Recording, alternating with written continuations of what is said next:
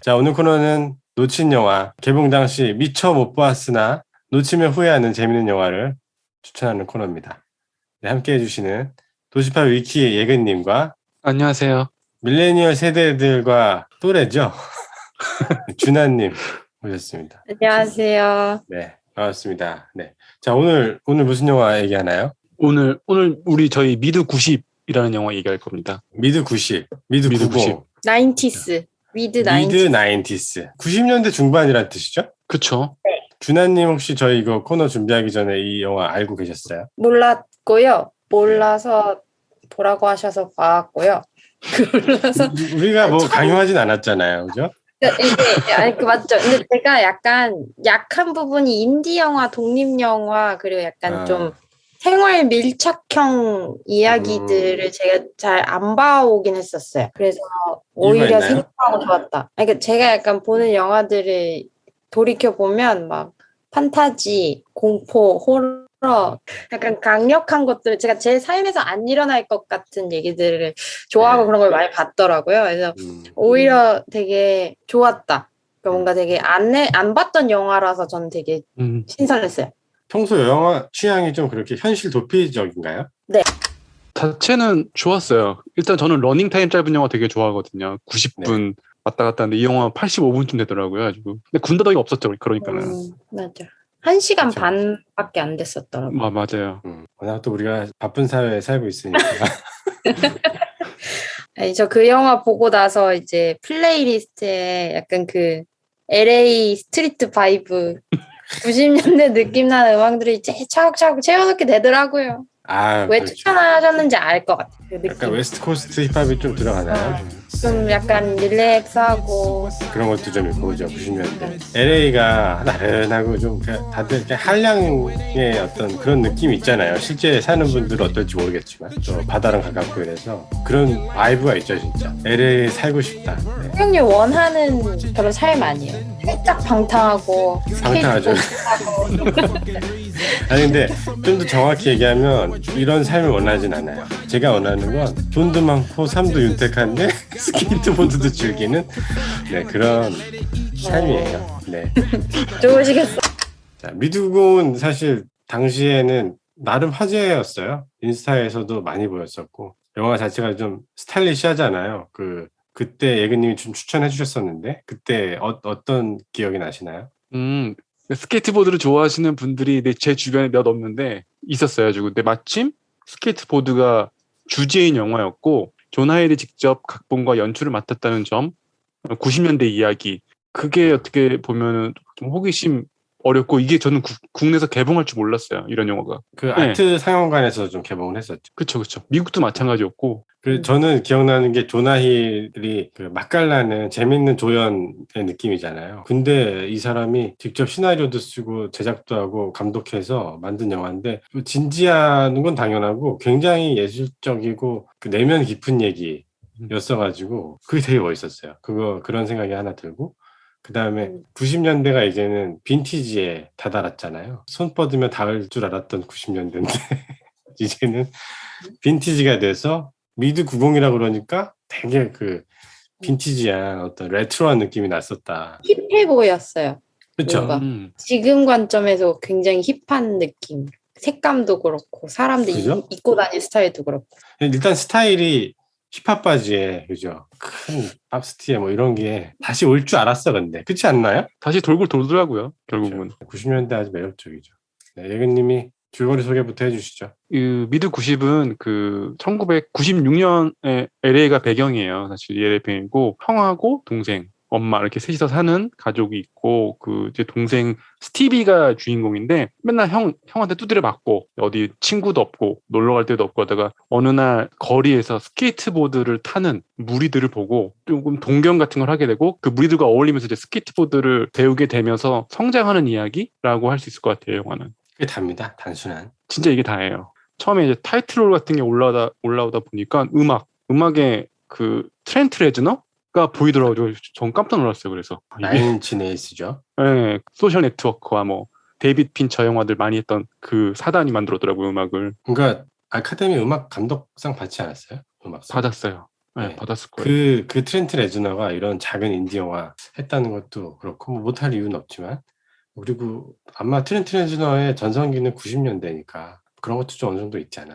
네, 말씀하신 대로 저는 이 장면에서 삽입되는 음악들 있잖아요. 거기서 되게 매력적으로 느껴졌는데 그 음악이랑 결부해서 제일 좋았던 장면들도 이제 막 연상이 되고 그러거든요. 뭐 그 중에 네. 하나가 더 스미스 보컬이 부르는 음악이 이제 중간에 나오는 시점이 있어요. 이게 그 흑인 친구 이름이 뭐였더라? 거기서는 루비? 레이인가? 루비? 레이가 이제 주인공 스티비가 엄마한테 혼나고 나서 축 처져 있을 때 이제 위로해주면서 같이 스케이트보드 타러 나가는 그 씬부터 이제 제가 더 스미스를 좋아하는데 그 더 스미스 노래는 아니더라고요. 찾아보니까 그 보컬이 따로 나와서 부르는 노래인데 그 노래가 막 시작하면서 막 격정적으로 막 애가 화를 내다가 이제 형이죠. 그 레이에게 위로를 받으면서 좀 마음을 풀어가는 그 장면이 나오는 과정이 있는데 저는 그 장면이 좋았던 이유가 결국 음악 때문이었어요. 그러니까 뭔가 같이 교감할 수 있는 음악의 브릿지가 잘 되어줬던 것 같아요. 영화 전체적으로. 이렇게 삽입곡들이 저는 잘 변주를 줬던 게 좋은 포인트였던 것 같아요. 배우들이 굉장히 매력적이지 않나요? 일단 다 신선한 얼굴들이었고 그 중에서 저는 스티비의 형으로 나왔던 친구 있잖아요.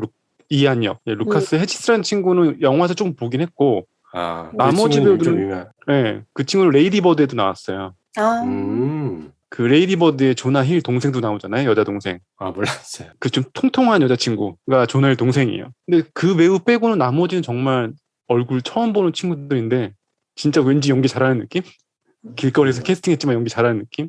그래서 뭔가 어색할 것 같으면서도 되게 그럴듯하게 그 사춘기의 표정과 뭐 그런 감정들 잘 보여주더라고요. 그리고 전 좋았던 게 그 주인공이 스티비가 생긴 게 그 엄마 역할 나온 캐서린 워터스톤이랑 진짜 닮아가지고 캐스팅 진짜 잘했다 이런 생각도 들었어요. 그게 스티븐의 길거리 캐스팅이라고 들었고 오, 나머지는 실제 스케이트보더들이자 모델, 인스타에서 핫한 모델들도 좀 있고 전 제일 튀는 그 친구가 무리의 리더인 레이랑 파마한 퍽쉿.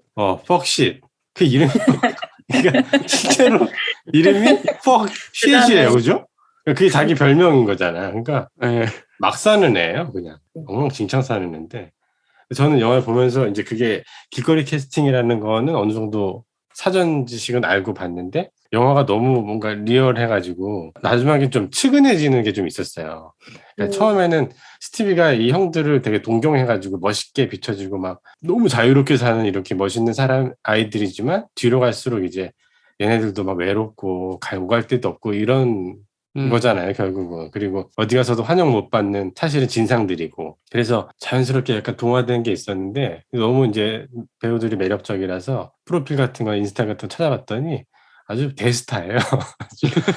그쪽 계에서 엄청 잘 나가는 친구들이고 특히 그 퍽쉿은 진짜 핫한 친구고 모델 쪽으로. 그 영화로도 핫해졌죠, 사실. 그다음에 제가 좀 소개해주고 싶은 친구는 그 레이라는 그 흑인 이제 리더는 나켈 스미스라고 슈프림 모델이에요. 슈프림 모델이고 그냥 재능 많은 LA 친구 있잖아요. 래퍼고 그림도 그리고 스케이트보드 선수로 이렇게 쌓고 타일러 더 크리에이터랑도 친구고 아무튼 또 그쪽에서 잘 나가는 친구. 진짜 힙스터네. 이제 힙스터죠. 슈프림에서 되게 여러 스케이트보더를 모델로 많이 쓰는데 그중에서 굉장히 인기 많은 친구 중에 하나예요. 매력적이긴 했어요, 보면서. 네, 멋쟁이들이다. 정말. 어쨌든 근데 배우를 안 했던 친구들인데 이 정도의 흡입력을 만든 거는 조나일의 연출력이 거기서 나온다. 다른 게 아니라. 조나일도 이 영화를 찍기 전에 그걸 어때요? 에다노크하고 마틴 스코세지 감독한테 조언을 들었대요. 어떻게 하면 영화를 잘 찍을 수 있을지. 그런 것도 있었고 그 배우들 자체가 사실 2000년대 후반생일 거 아니에요? 나이가 많아봤자.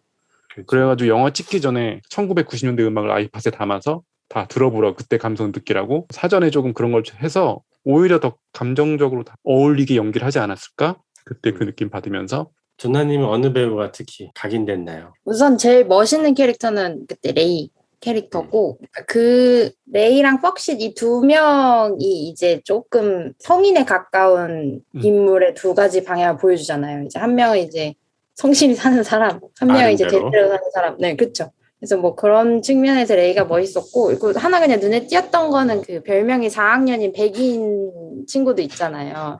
그래서 그 친구가 항상 이제 캠코더를 들고 다니면서 이제 친구들을 막 찍고, 사실 또 따지고 보면 그 친구가 제일 이 그룹에서 제일 성실하게 사는 사람으로도 보일 수가 있겠더라고요. 매 키 크고 마른 친구. 순간순간마다 네, 빼빼 말라가지고 여드름 되게 많고 약간 지능이 모자라서 별명이 4학년이고 좋아하는 게 영상이고 영화를 만들고 싶어서 매 순간 카메라에 놓지 않잖아요. 그리고 마지막에 영화가 끝날 때 자기가 찍은 영화를 이제 친구들한테 딱 상영해주면서 끝나는데 희한한다. 이게 조나 힐을 자기가 감정이입한 인물이지 않을까. 뭔가 만든 사람이 딱 너무 확연하게 이게 만든 이의 감정이 들어간 인물로 보였어요.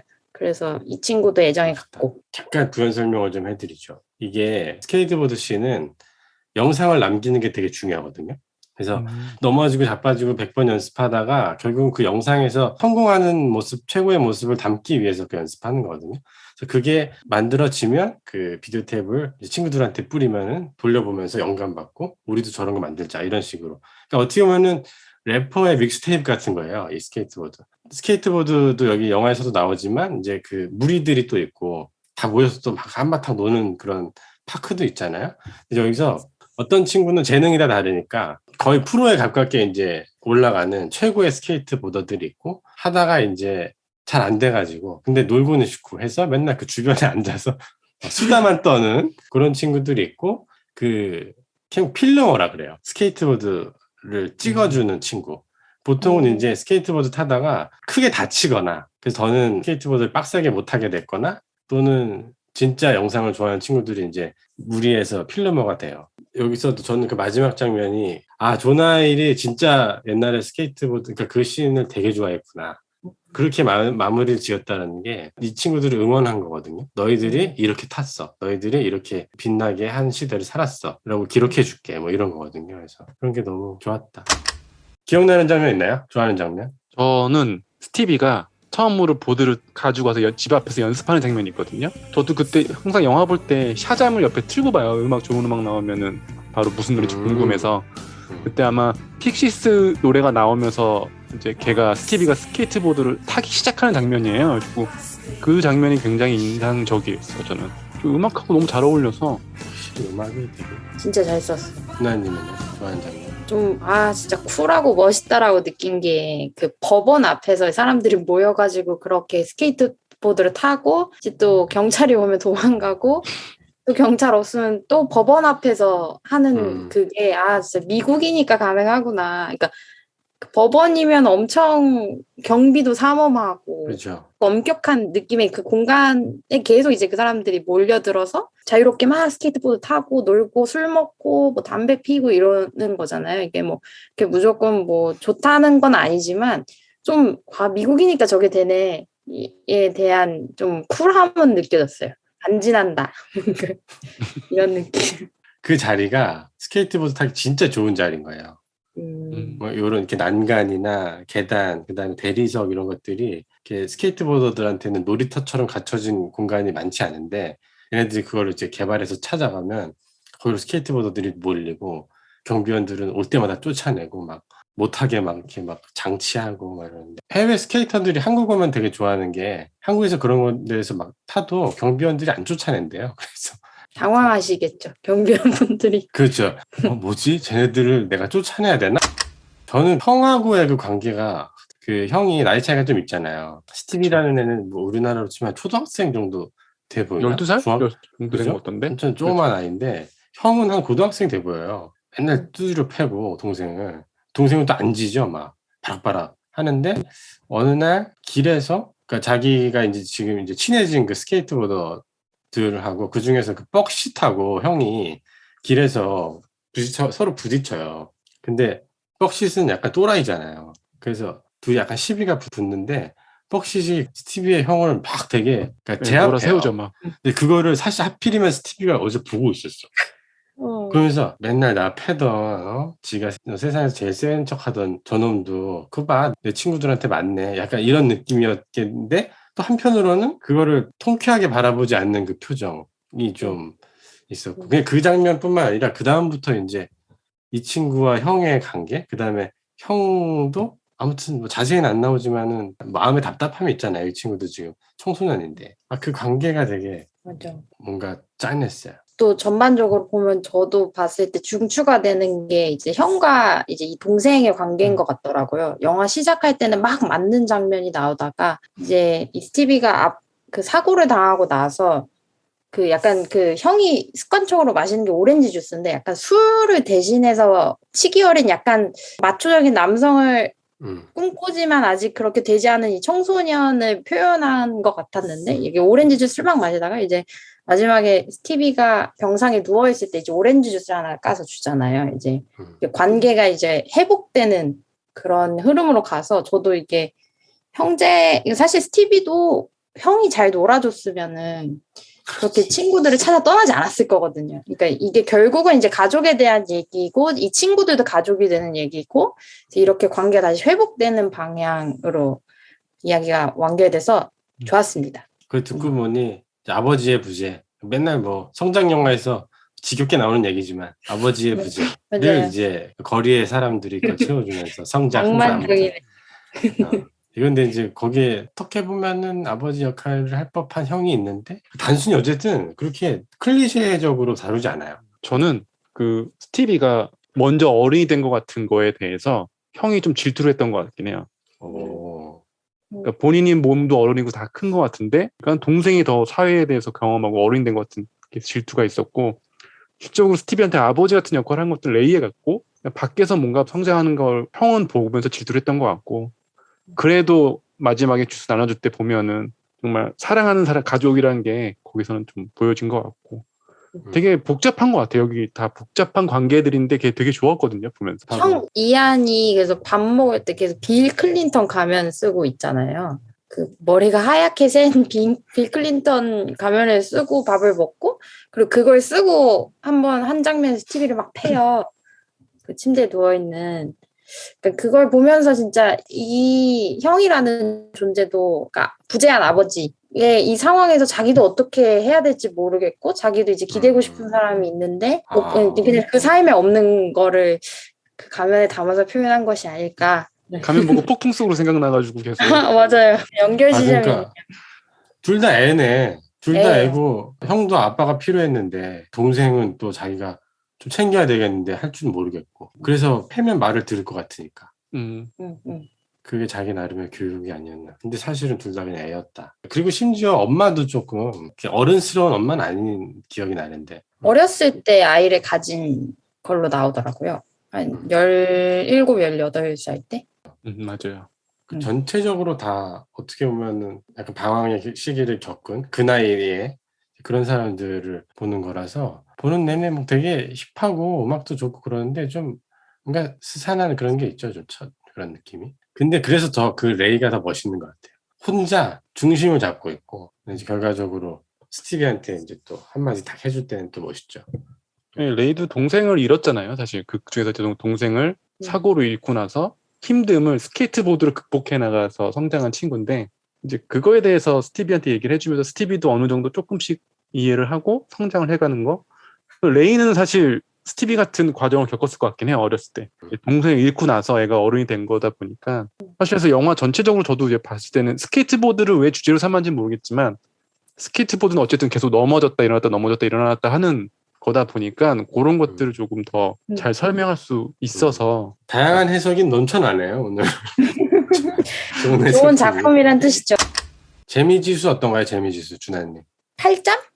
7.5에서 8? 굉장히 재미있는 편이네요.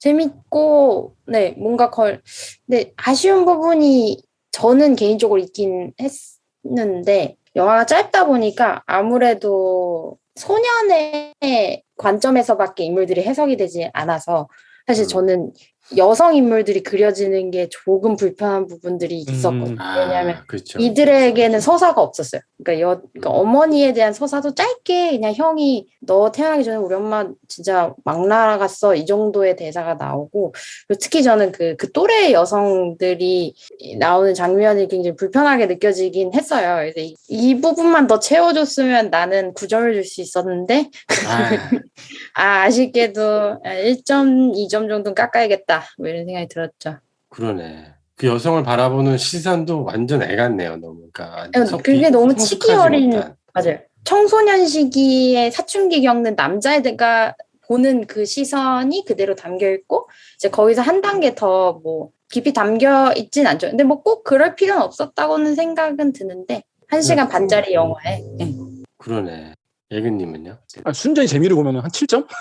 실죠. 네이버에서 1,500원 주면은 시리즈에서 다운받아서 볼 수 있는데 네. 뭐 1,500원이 아깝진 않다. 그렇죠.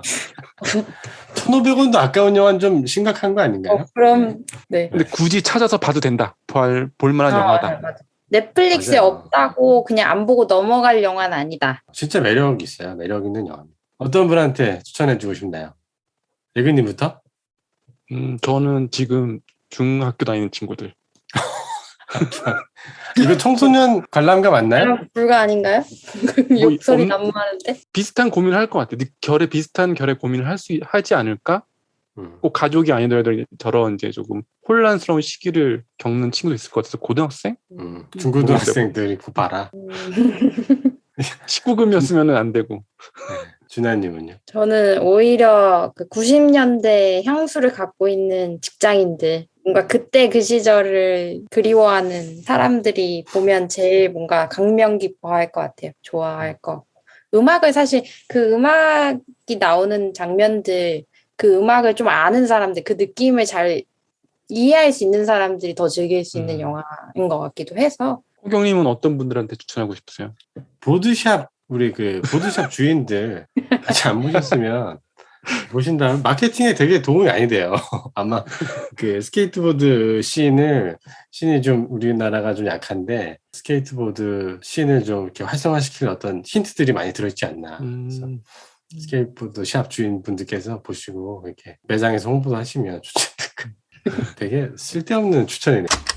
그러고 이 영화 번역이 황석희 작가거든요. 맞아요. 요새 가장 잘 나간다는. 그래서 그거 황석희 번역가님 좋아하시는 분들도 좋아하실 것 같아요. 퍽싯을 존나네라고 번역을 하셨더라고요. 좀 이상했어. 그래서 저게 무슨 그 라틴어인가? 나 처음에 그랬는데. 네, 그렇습니다. 자, 오늘 놓친 영화는 90년대 향수 불러일으키는 스케이트보더들의 이야기, 성장 드라마 미드 90이었습니다.